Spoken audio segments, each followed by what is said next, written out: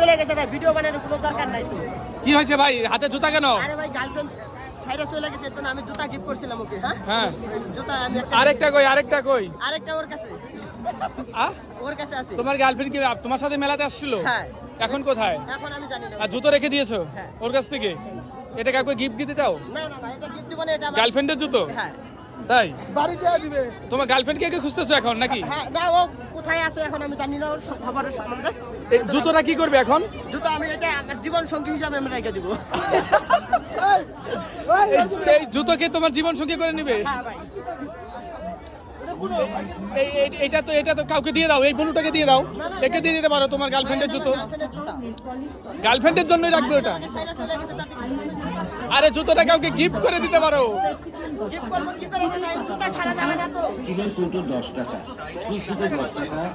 জুতোটা দিয়ে দাও কাউকে, গার্লফ্রেন্ডের জুতো নিয়ে ঘুরতে হয় না। শুন না, আমাকে ছাইরে চলে গেছে,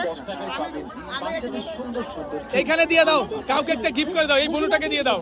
আরে বাবা আমাকে ছাইরে চলে গেছে তো, আমি কেন এটা আমি দিব? এখন তোমার গার্লফ্রেন্ড কোথায় আছে?